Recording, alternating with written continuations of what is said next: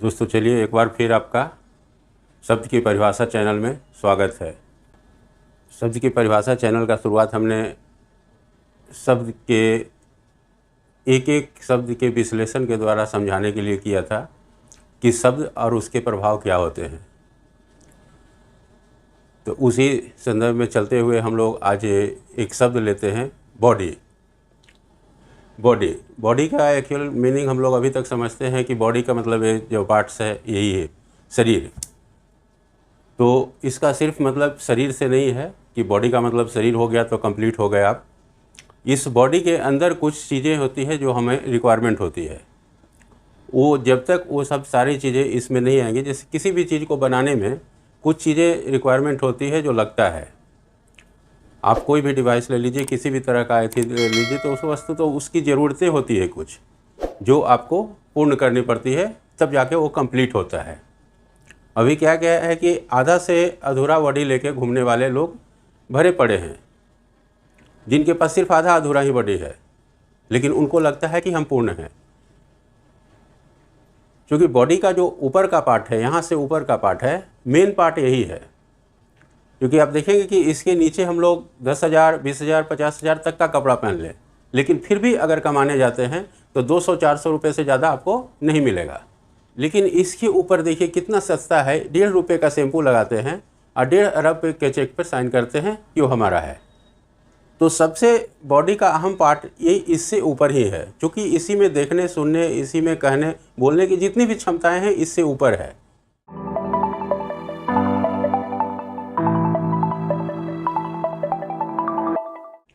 तो आज हम लोग बॉडी देखते हैं। अब बॉडी में नीड क्या क्या है वो देखते हैं एक एक लेटर करके कि BODY ही क्यों लिखा गया है। इंग्लिश में कुछ भी लिख देता हम लोग मान लेते हैं, इंग्लिश हमारी भाषा तो है नहीं, हमने किसी से लिया है इस भाषा को और उसको हम लोग पढ़ते हैं। अगर D भी लगा देता, कुछ भी कर देता, C के जगह पर D, D के जगह पर E कुछ भी कर देता तो हम लोग मान लेते हैं कि वही चीज़ है। जैसे स्मार्ट वर्ड में भी ये स्मार्ट भी लिख देता तो फिर भी हम लोग मान लेते कि हाँ, लेकिन स्मार्ट क्यों लिखा गया, हम लोग आगे उस विषय पर बात करेंगे। अभी फ़िलहाल इस पर देखते हैं कि बॉडी BODY इसके स्पेलिंग है। तो सबसे पहले B आता है। B का मतलब क्या है? B का मतलब होता है ब्लाइद, BLITH इसको बोलते हैं ब्लाइद। ब्लाइद मतलब प्रसन्न बदन। प्रसन्न बदन का मतलब क्या? हाथ, आँख, नाक, कान, पैर जो भी हैं वो स्वस्थ है।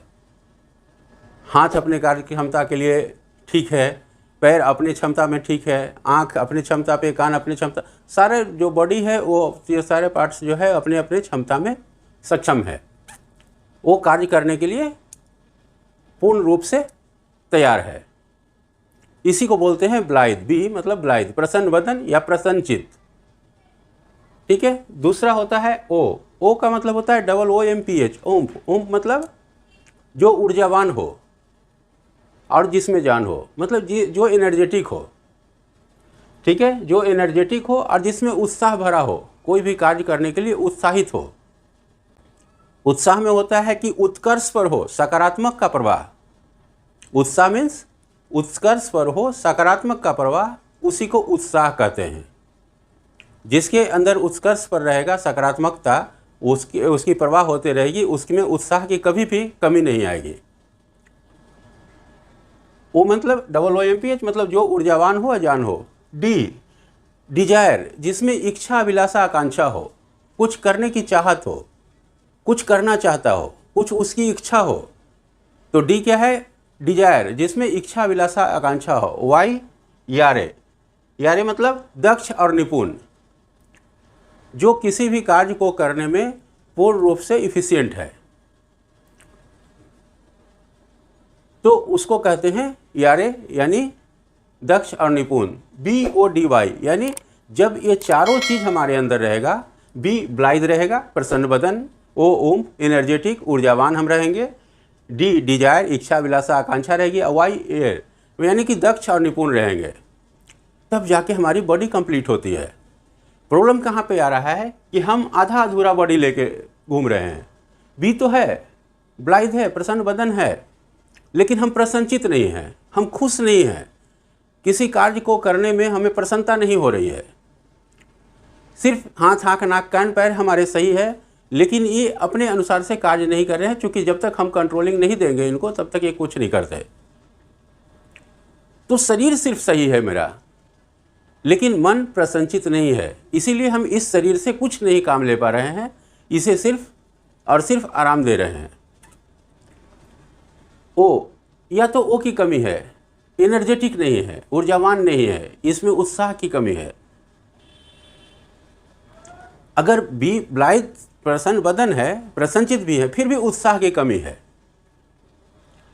हम एनर्जेटिक नहीं हैं, हमारे अंदर ऊर्जा नहीं महसूस होती है। और डी डिजायर मतलब इच्छा, अभिलाषा, आकांक्षा है ही नहीं, कुछ करने की चाहत है ये नहीं।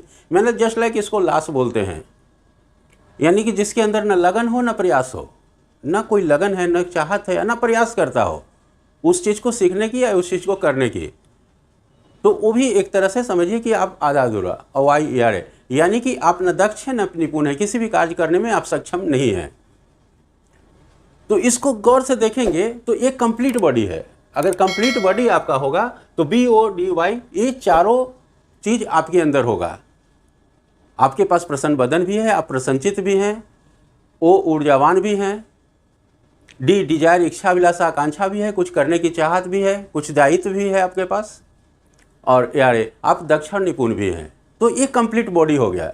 अगर इससे कम आपको एक भी लेटर की कमी है, एक भी इसमें से कोई भी लेटर अगर कम है आपके पास, तो फिर आप आधा अधूरा बॉडी लेके घूम रहे हैं, जिसका कोई मीनिंग नहीं है, क्योंकि शरीर का कोई कीमत नहीं है। शरीर के अंदर जो गुण है उसकी कीमत है ना। मतलब ऐसे भी कहते हैं कि कीमत दो ही चीज़ की है, एक गुण की और दूसरे गुनाह की। अंतर सिर्फ इतना ही है कि गुण की कीमत मिलती है, गुनाह की हमें चुकानी पड़ती है। तो आप इस चीज़ को हमेशा ध्यान रखेंगे कि कंप्लीट बॉडी आप लेके चलिए। आधा अधूरा बॉडी लेके आप अपने आप को स्मार्ट मत समझिए कि हम आधा अधूरा बॉडी लेके आप बहुत स्मार्ट दिख रहे हैं। Good looking is over smart, good thinking is inner smart. धन्यवाद।